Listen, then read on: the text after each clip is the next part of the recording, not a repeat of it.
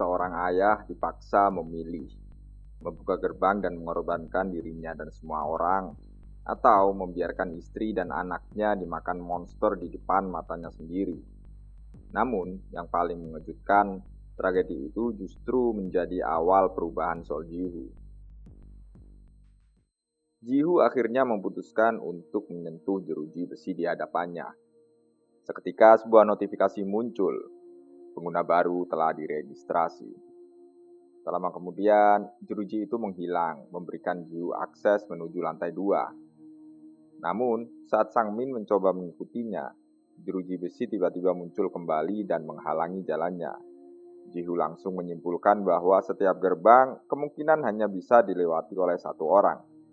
Tanpa membuang waktu, ia terus menaiki tangga untuk mencari jalan membuka jeruji tersebut.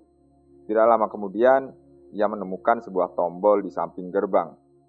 Begitu tombol itu ditekan, jeruji langsung terbuka. Sang Min akhirnya bisa menyusul sambil mengembuskan nafas lega. Tak jauh dari sana, Jihu melihat dua anggota kelompok Kang Sok berjaga di ujung lorong. Namun, sebelum sempat berbicara, teriakan minta tolong tiba-tiba menggema dari arah lain. Jihu dan Sang Min segera pergi menuju sumber suara. Sesampainya di sana, mereka melihat Kang Sok bersama seorang pria parubaya yang berdiri kaku di depan sebuah tombol. Di balik jeruji, seorang wanita dan gadis kecil tampak menangis ketakutan dalam genggaman monster. Mereka adalah istri dan anak dari pria tersebut. Kang Sok menjelaskan bahwa hanya pria itu yang memiliki akses untuk membuka gerbang tersebut. Belum sempat bereaksi, monster itu menghantam jeruji besi dengan kekuatan penuh. Monster itu terus memprovokasi agar jeruji segera dibuka. Namun, Kang Sok justru tetap tenang. Dia bilang, selama gerbang itu tidak dibuka, monster itu tidak akan bisa keluar. Tapi, kalau gerbangnya dibuka, kita semua pasti akan mati. Ucapan itu membuat pria parubaya tersebut semakin gemetar.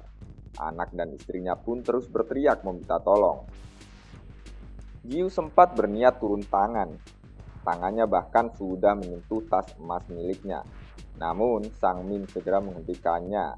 Ia menggelengkan kepala, tatapannya mengarah kepada pria parubaya itu.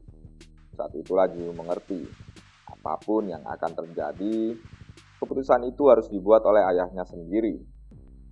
Dengan air mata yang terus mengalir, pria itu menunduk tidak mampu menatap anak dan istrinya. Dengan suara bergetar, ia meminta maaf. Di balik jeruji, istri dan anaknya menangis sambil terus memohon agar tidak ditinggalkan.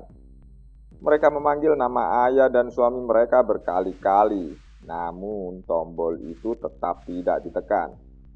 Monster tersebut perlahan mengangkat ibu dan anak itu seolah sedang memainkan mangsanya.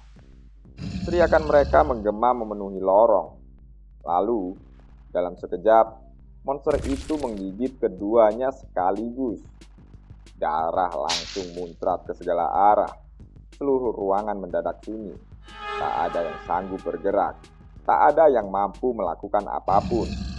Beberapa saat kemudian, monster itu pun perlahan meninggalkan lorong. Begitu suasana kembali hening, pria parubaya itu langsung jatuh terduduk. Tangisnya pecah. Ia baru saja menyaksikan istri dan putrinya tewas di depan matanya sendiri. Namun Kang Sok hanya meliriknya sekilas. Menurutnya, pria itu telah mengambil keputusan yang benar.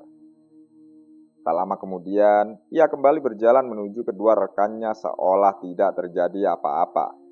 Sementara Jihu, di dalam hati ia sadar tidak ada cara untuk menyelamatkan ibu dan anak itu tanpa mengorbankan semua orang. Dunia Paradise benar-benar berbeda dari apapun yang pernah ia bayangkan. Tempat ini memaksa seseorang memilih siapa yang harus hidup dan siapa yang harus mati. Jiu bahkan tidak sanggup membayangkan apa yang akan ia lakukan jika suatu hari nanti orang yang berada di balik jeruji itu adalah Yusona. Waktu terus berlalu. Semua peserta akhirnya hanya bisa duduk sambil menunggu batas waktu tutorial pertama berakhir. Di tengah keheningan itu, Sang Min tiba-tiba membuka percakapan. Ia mengingatkan Jihu agar tetap waspada, karena dunia Paradise yang sesungguhnya jauh lebih mengerikan daripada tempat ini. Jihu terlihat bingung. Bukankah mereka sudah berada di Paradise? Lagi pula, sekolah tempat mereka mengikuti ujian ini juga bernama Sekolah Tinggi Paradise. Mendengar pertanyaan itu, Sang Min tampak terkejut. Ia tidak menyangka seorang pemegang mark emas ternyata belum mengetahui hal paling dasar. Menurutnya, tempat ini bukanlah Paradise, melainkan gerbang menuju dunia Paradise yang sesungguhnya. Karena itulah, ujian ini disebut tutorial. Barulah Jihu memahami maksud perkataan Kim Hana sebelum ia dikirim ke tempat ini. Ia mengatakan Jihu harus bertahan hidup di tutorial dan harus berhasil masuk ke Paradise. Saat pembicaraan mereka berakhir, sebuah notifikasi tiba-tiba muncul. Yung Sol Ah telah mencapai lantai 2. Tanpa memperdulikan siapapun, Sol Ah hanya berjalan melewati mereka sebelum duduk sendirian di sudut ruangan. Jihu kemudian memperhatikan peta di ponselnya. Tatapannya berhenti pada 6 gerbang yang kini semuanya telah berubah menjadi merah. Ia mulai menyadari sesuatu, dan dari situlah masalah berikutnya akan dimulai. Dari 6 gerbang menuju lantai 2, 3 diantaranya dikuasai Kang Sok dan kedua rekannya. Sementara 3 gerbang lainnya dimiliki oleh Jihu, pria baru baya tadi, dan juga Yon Sol A yang baru saja tiba di lantai 2. Artinya, peserta yang masih berada di lantai bawah mungkin hanya memiliki peluang 50% untuk bisa lolos. Terlebih lagi, Jiu yakin Kang Sok tidak akan semudah itu membiarkan orang lain melewati gerbang miliknya. Di saat yang sama, 5 orang peserta akhirnya berhasil mencapai lantai 2. Namun, langkah mereka langsung terhenti. Jeruji besi menutup jalan mereka. Dengan panik, salah seorang dari mereka berteriak meminta bantuan kepada siapapun yang berada di atas. Suara itu membuat Kang Sok berjalan menghampiri. Begitu ia melihat wajah orang yang memanggilnya, ia langsung tersenyum sinis. Orang itu adalah Sang Ah, wanita yang sebelumnya pernah bersitegang dengannya ketika ia menghina para peserta kontrak. Rupanya masih hidup. Nada suaranya dipenuhi ejekan. Menahan rasa kesal, Sang Ah bertanya bagaimana cara membuka gerbang itu. Kang Sok menunjuk tombol di sampingnya. Dia bilang, jika dia menekan tombolnya, maka gerbangnya akan terbuka, karena dialah pemilik gerbang itu. Sang Ah berteriak dan meminta Kang Sok berhenti bermain-main. Rekan-rekan Sang Ah mengingatkan agar Sang Ah jangan berteriak karena takut monster itu akan mendengarnya. Mendengar semua itu, Kang Sok hanya tersenyum. Kenapa aku harus menolong orang yang pernah memanggilku brengsek egois? Ucapan itu membuat Sang Ah menggigit bibirnya. Dengan nada pelan, ia akhirnya meminta maaf. Ia mengakui kesalahannya. Namun, ia juga memohon agar 4 peserta lain yang bersamanya tidak ikut menjadi korban. Kang Sok tampak berpikir sejenak, lalu senyum licik muncul di wajahnya. Baiklah, aku akan membuka gerbang, tapi hanya untuk 4 orang. Kau tetap di luar. Semua orang langsung terdiam. Sang Ah memejamkan mata, tubuhnya bergetar. Namun, demi menyelamatkan ke-4 orang di belakangnya, ia perlahan mundur menjauhi gerbang. Melihat itu, Kang Sok tertawa puas. Tanpa ragu, ia menekan tombol dan jeruji pun terbuka. Ke-4 peserta segera berlari, masuk dan meninggalkan Sang Ah sendirian. Begitu masuk, Yung Jin yang berada di antara mereka langsung berlari menuju tombol pembuka gerbang dan menekan tombol itu. Namun, tidak terjadi apa-apa. Kang Sok hanya tertawa. Semua itu percuma, hanya pemilik akses yang bisa membuka gerbang. Yung Jin kehilangan kesabarannya. Ia langsung berlari menerjang Kang Sok, namun sebelum berhasil mendekat, salah satu anak buah Kang Sok langsung menghantam tubuhnya hingga terjatuh ke lantai. Kang Sok langsung mencengkeram rambut Yung Jin dengan kasar dan bilang apakah dia sudah bosan hidup. Meski kesakitan, Yungjin tetap berteriak agar Sang A segera diselamatkan. Namun, ancaman itu justru membuat Kang Sok semakin menikmati keadaan. Aku benar-benar tidak akan membukanya kalau kau terus membuatku kesal. Mendengar itu, Sang A kembali bertanya dari balik jeruji. Apa yang harus dia lakukan supaya Kang Sok mau membuka gerbang? Kang Sok tersenyum lebar. Tatapannya mulai berubah menjijikkan. Kalau begitu, buka pakaianmu. Lu Lorong langsung hening. Sang A membelalakkan matanya. Ia tidak percaya dengan apa yang baru saja didengarnya.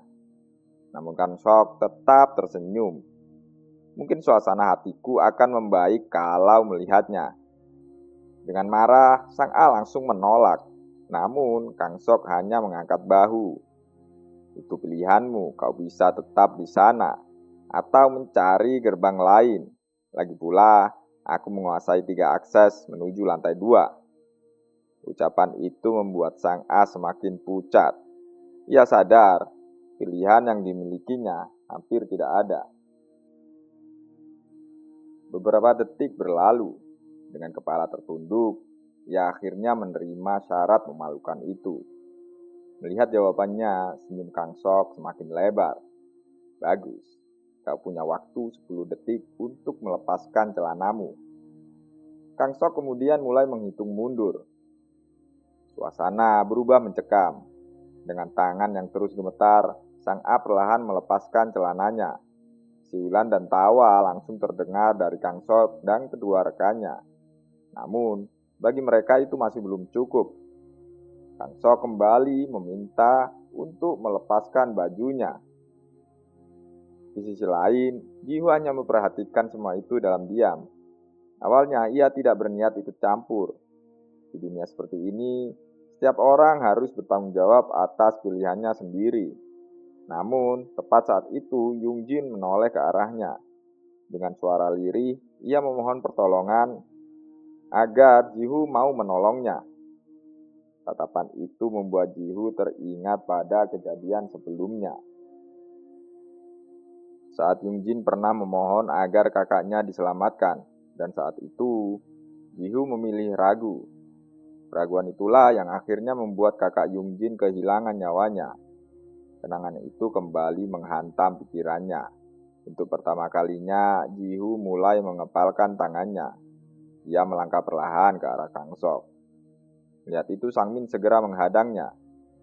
Aku juga tidak suka dengan apa yang mereka lakukan. Tapi di Paradise, hanya yang kuat yang bisa bertahan hidup. Jihu berhenti.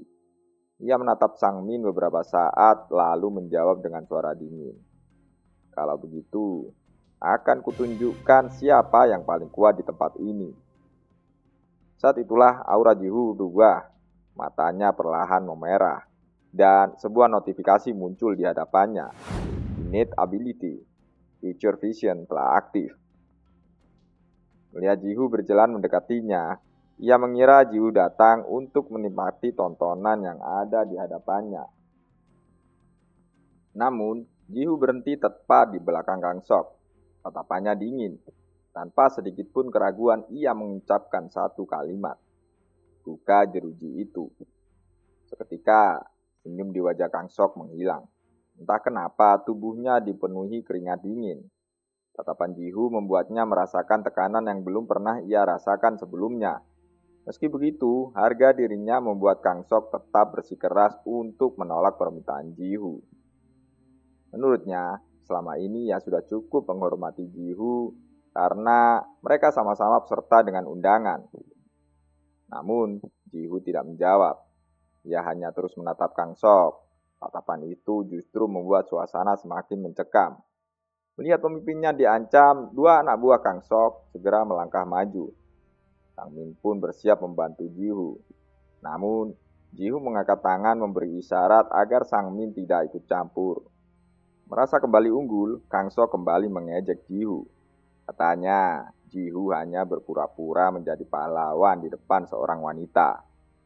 Dan semakin Jihu bersikap seperti itu, ia semakin tidak berniat membuka gerbang.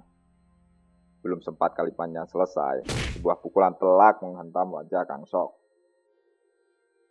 Sebelum kedua rekan Kang Sok bereaksi, Jihu sudah berbalik. Dua pukulan berikutnya langsung menghantam wajah kedua anak buah Kang Sok. Dalam hitungan detik, ketiganya sudah terkapar di lantai. Darah mengalir dari hidung dan mulut mereka. Sang Min hanya bisa membelalakkan mata. Ia bahkan tidak sempat melihat kapan Jihu mengayunkan tinjunya. Kecepatan Jihu benar-benar di luar dugaan. Kang Sok berusaha bangkit, namun Jihu lebih dulu menarik lengannya. Dengan kasar, ia memelintir tangan Kang Sok hingga pria itu menjerit kesakitan. Tanpa memberi kesempatan melawan, Jihu memaksa tangan Kang Sok menekan tombol pembuka gerbang. Jeruji besi pun akhirnya terbuka. Jihu menyuruh Sang A untuk segera masuk tanpa membuang waktu. Sang A segera berlari melewati gerbang sambil menutupi tubuhnya. Namun, Jihu belum melepaskan Kang Sok. Ia kemudian menunjuk salah satu anak buah dari Kang Sok. "Kau, ambil celananya." Anak buah Kang Sok sempat menolaknya. Namun, pelintiran tangan Jihu membuat Kang Sok menjerit semakin keras. "Cepat lakukan!" Mendengar teriakan Kang Sok, pria itu buru-buru mengambil celana Sang A yang tertinggal di balik jeruji. Setelah celana itu berhasil dikembalikan, barulah Jihu melepaskan tangan Kang Sok. Sang A berterima kasih kepada Jihu dengan mata yang masih berkaca-kaca. Di sisi lain, Yungjin dan Sang Min hanya mampu terdiam. Mereka tidak menyangka jika Jihu benar-benar bisa mengalahkan Kang Sok dengan semudah itu. Sedangkan Jihu sendiri masih berdiri di tempatnya. Tatapannya belum berubah. Amarah yang selama ini ia tahan ternyata sama sekali belum mereda.